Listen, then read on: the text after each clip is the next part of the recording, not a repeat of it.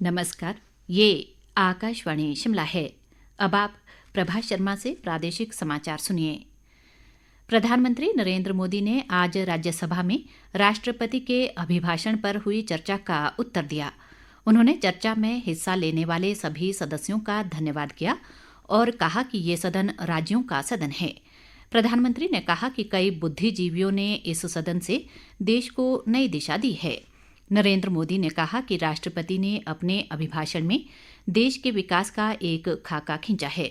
उन्होंने कहा कि कांग्रेस सहित कुछ विपक्षी दल केंद्र सरकार पर तथ्यहीन आरोप लगा रहे हैं और झूठ बोलकर सदन को गुमराह करने का प्रयास कर रहे हैं। प्रधानमंत्री ने कहा कि जितना कीचड़ उछालोगे कमल उतना ही खिलेगा। प्रधानमंत्री के उत्तर के दौरान विपक्षी दलों ने सदन में खूब शोर शराबा किया। उन्होंने कहा कि पिछले 9 वर्ष के कार्यकाल में एनडीए सरकार ने विकास की नई बुलंदियों को छुआ है और कई बड़ी महत्वाकांक्षी योजनाओं के माध्यम से समाज के हर वर्ग को लाभ पहुंचाया गया है। प्रधानमंत्री ने कहा कि कुछ विपक्षी नेताओं की वाणी देश को निराश करने वाली रही है। उन्होंने कहा कि देश कई समस्याओं से ग्रस्त था, लेकिन पूर्व यूपीए सरकार ने इस ओर कोई ध्यान नहीं दिया।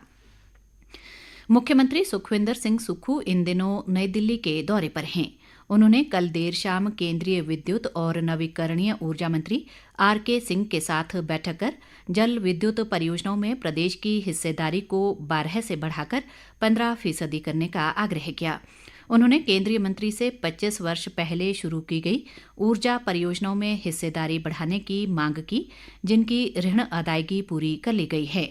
मुख्यमंत्री ने कहा कि हिमाचल की जल विद्युत ऊर्जा की लगभग 12,000 मेगावाट क्षमता का दोहन किया जाना शेष है और प्रदेश की अर्थव्यवस्था सुदृढ़ करने में जल विद्युत विकास महत्वपूर्ण भूमिका निभाता है। सुखविंदर सिंह सुक्खू ने कहा कि प्रदेश में सौर ऊर्जा दोहन की अपार संभावनाएं हैं और निजी निवेश आकर्षित करने के लिए उद्यमियों को निवेश हितैषी तंत्र प्रदान किया जाएगा। उन्होंने केंद्रीय मंत्री से सतलुज जल विद्युत निगम द्वारा चलाई जा रही लुहरी विद्युत परियोजना का मामला भी उठाया और इसमें प्रदेश की हिस्सेदारी बढ़ाने का आग्रह किया। मुख्यमंत्री ने कहा कि सर्वोच्च न्यायालय ने बीबीएमबी द्वारा हिस्सेदारी व बकाया भुगतान के संबंध में हिमाचल सरकार के पक्ष में आदेश दिया है और बकाया राशि के तत्काल भुगतान को लेकर भी बोर्ड को निर्देश दिए जाने चाहिए। इस बीच मुख्यमंत्री ने आज नई दिल्ली में Japan international corporation agency JICA के साथ बैठक की और सुरंग निर्माण को भी अपनी परियोजनाओं में शामिल करने का आग्रह किया। उन्होंने कहा कि ग्रीन हाइड्रोजन, सुरंग, दुग्ध उत्पादन और मल निकासी क्षेत्रों में जाइका सहयोग करेगी। मुख्यमंत्री ने जाइका को विस्तृत परियोजना रिपोर्ट तैयार करने को कहा ताकि इस दिशा में कार्य योजना तैयार की जा सके। सुखविंदर सिंह सुक्खू ने कहा कि दुग्ध उत्पादन एक ऐसा क्षेत्र है जिसमें जाइका अपना सहयोग व तकनीक उपलब्ध करवा सकती है। उन्होंने बताया कि प्रदेश में इलेक्ट्रिक वाहनों के लिए ग्रीन हाइड्रोजन प्लांट स्थापित करने पर भी सरकार विचार कर रही है।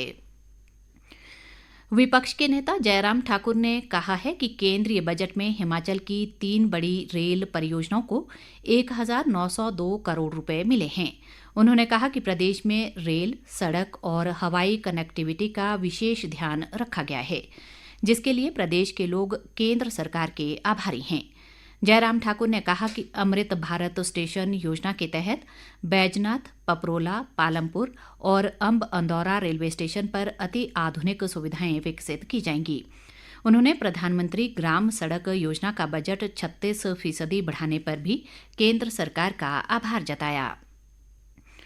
ऊना जिले में अंब क्षेत्र के बणेंदी हट्टी में बीती रात प्रवासी श्रमिकों की 2 झुग्गियों में भीषण अग्निकांड में 4 बच्चों की जलने से दर्दनाक मौत हो गई।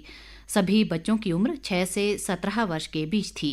आग लगने की घटना की जानकारी दमकल विभाग को दी गई, लेकिन तब तक सब कुछ जलकर राख हो गया था। आग के कारणों का फिलहाल पता नहीं चल पाया है। ये श्रमिक परिवार बिहार से यहां आया है और मृतक बच्चों के माता पिता पिछले कुछ समय से इलाके में मजदूरी कर रहे थे। मृतक बच्चों के पिता रमेश दास ने बताया कि अचानक आग लगने से उनके 3 बच्चों के अलावा रिश्तेदार का एक बेटा भी आग की भेंट चढ़ गया। इसी के साथ ये समाचार बुलेटिन समाप्त हुआ। नमस्कार।